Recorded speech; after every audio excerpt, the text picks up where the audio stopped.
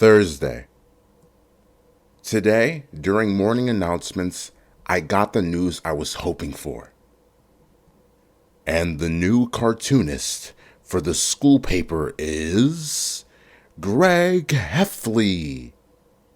The paper came out today at lunchtime, and everyone was reading it. I really wanted to pick up a copy to see my name in print, but I decided to just play it cool for a while instead. I sat at the end of the lunch table so there would be plenty of room for me to start signing autographs for my new fans. But nobody was coming over to tell me how great my comic was, and I started to get the feeling something was wrong. I grabbed a paper and went into the bathroom to check it out. And when I saw my comic, I practically had a heart attack. Mr. Ira told me he had made some minor edits to my comic. I thought he just meant he fixed spelling mistakes and stuff like that. But he totally butchered it. The comic he ruined was one of my favorite ones too. In the original, Creighton the Cretin is taking a math test, and he accidentally eats it. And then, the teacher yells at him for being such a moron. By the time Mr. Ira was done with it, you practically couldn't recognize it as the same strip. Creighton the Curious Student by Gregory Heffley.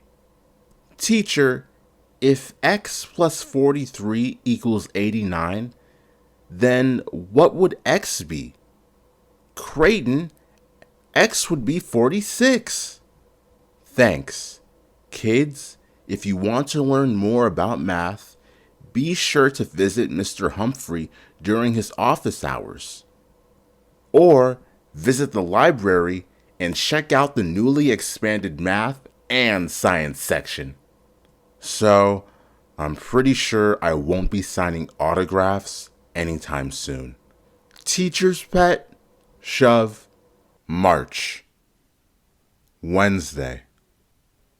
Me and Rowley were enjoying our hot chocolate in the cafeteria with the rest of the patrols today. And there was an announcement on the loudspeaker. Rowley Jefferson, report to Mr. Winsky's office immediately. Rowley went down to Mr. Winsky's office, and when Rowley came back 15 minutes later, he looked pretty shaken up. Apparently, Mr. Winsky got a call from a parent who said they witnessed Rowley terrorizing the kindergartners when he was supposed to be walking them home from school. And Mr. Winsky was really mad about it.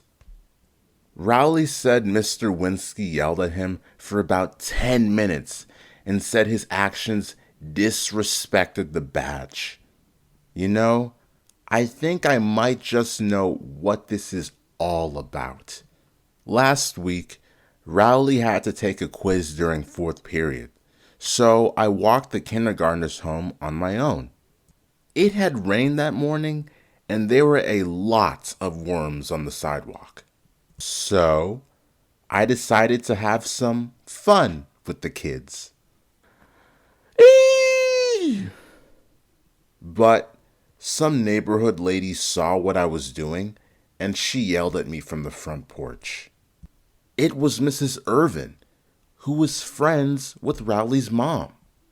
She must have thought I was Rowley, because I was borrowing his coat, and I wasn't about to correct her either. Rowley Jefferson, the principal is going to hear about this. Yes, ma'am. I forgot about the whole incident until today.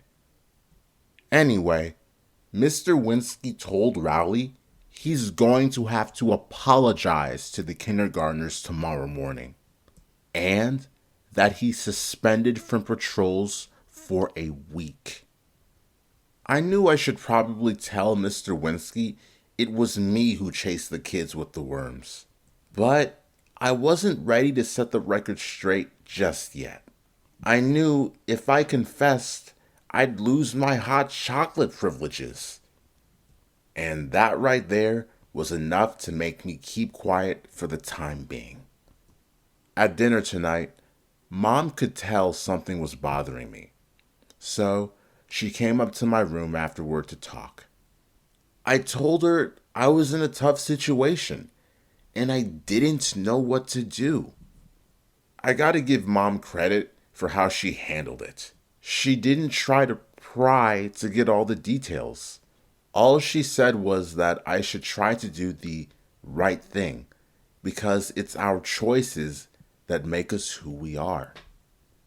I figured that's pretty decent advice, but I'm still not 100% sure what I'm gonna do tomorrow. Thursday. Well, I was up all night tossing and turning over this Rowley situation. But I finally made up my mind. I decided the right thing to do was to just let Rowley take one for the team this time around. I'm sorry I terrorized you children. On the way home from school, I came clean with Rowley and told him the whole truth about what happened and how it was me who chased the kids with the worms. Then I told him there were lessons we could both learn from this. I told him I learned to be more careful about what I do in front of Mrs. Irvin's house, and that he learned a valuable lesson too, which is be careful about who you lend your coat to.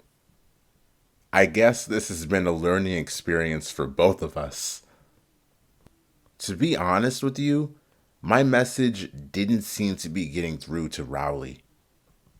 We were supposed to hang out after school today, but he said he was just going to go home and take a nap.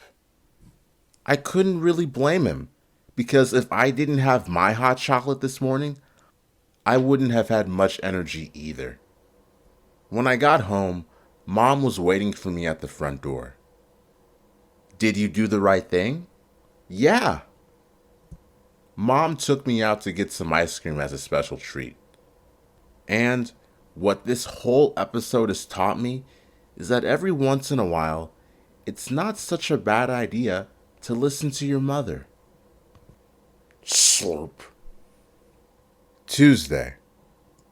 There was another announcement on the loudspeaker today.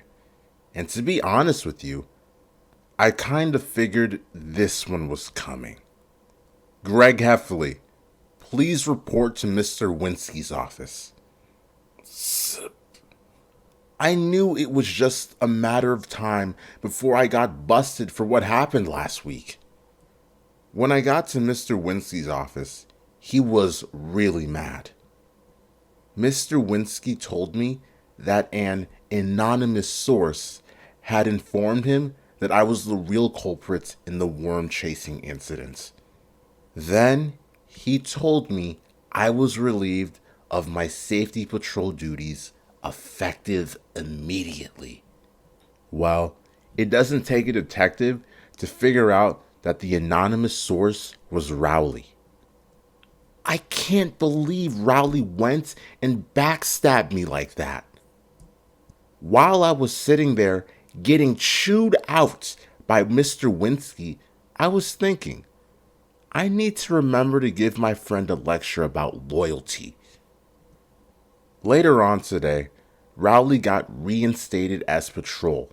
And get this, he actually got a promotion. Mr. Winsky said Rowley had exhibited dignity under false suspicion. I thought about letting Rowley really have it for ratting me out like that. But then I realized something. In June, all the officers in the safety patrols go on a trip to Six Flags, and they get to take along one friend. I need to make sure Rowley knows I'm his guy. Let me get this for you, Captain. Tuesday. Like I said before, the worst part of getting kicked off safety patrols is losing your hot chocolate privileges. Every morning, I go to the back door of the cafeteria so Rowley can hook me up. But either my friend has gone deaf or he's too busy kissing the other officers' butts to notice me at the window. Psst, psst. In fact, now that I think of it, Rowley has been totally giving me the cold shoulder lately. And that's really lame, because if I recall correctly, he's the one that sold me out. Even though Rowley has been a total jerk lately, I tried to break the ice with him today, anyway. But even that didn't seem to work. Hi, pal. Psh. April. Friday. Ever since the worm incident, Rowley has been hanging out with Colin Lee every day after school. What really stinks is that Colin is supposed to be my backup friend. Those guys are acting totally ridiculous. Today, Rowley and Colin were wearing these matching t-shirts, and it made me just want to vomit. After dinner tonight, I saw Rowley and Colin walking up the hill together, chumming it up. Colin had his overnight bag, so I knew they were going to do a sleepover at Rowley's. And I thought, well, two can play at that game. The best way to get back at Rowley was to get a new best friend of my own. But unfortunately, the only person who came to mind right at that moment was Fregley. I went up to Fregley's with my overnight bag so Rowley could see I had other friend options too.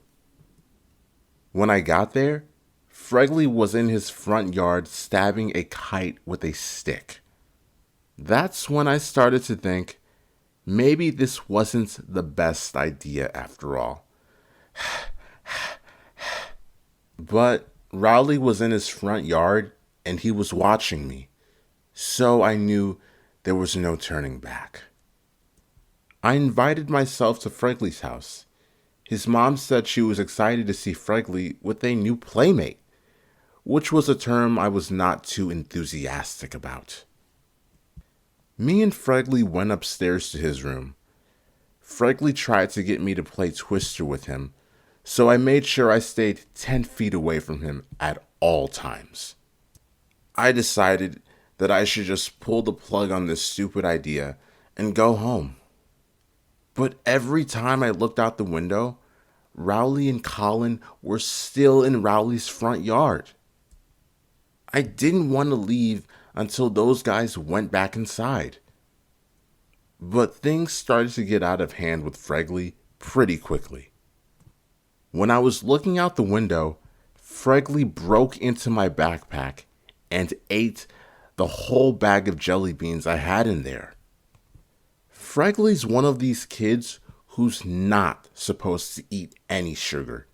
So, 2 minutes later, he was bouncing off the walls. I kept thinking he was going to come down off of his sugar high, but he didn't. Eventually, I locked myself in his bathroom to wait him out. Around 11:30, it got quiet in the hallway. That's when Fregley slipped a piece of paper under the door. I picked it up and read it. Dear Gregory, I'm very sorry I chased you with the booger on my finger. Here, I put it on this paper so you can get me back. That's the last thing I remember before I blacked out. I came to my senses a few hours later. After I woke up, I cracked the door open and I heard snoring coming from Fregley's room. So, I decided to make a run for it. Mom and Dad were not happy with me for getting them out of bed at 2 a.m. But by that point, I could really care less. Clack!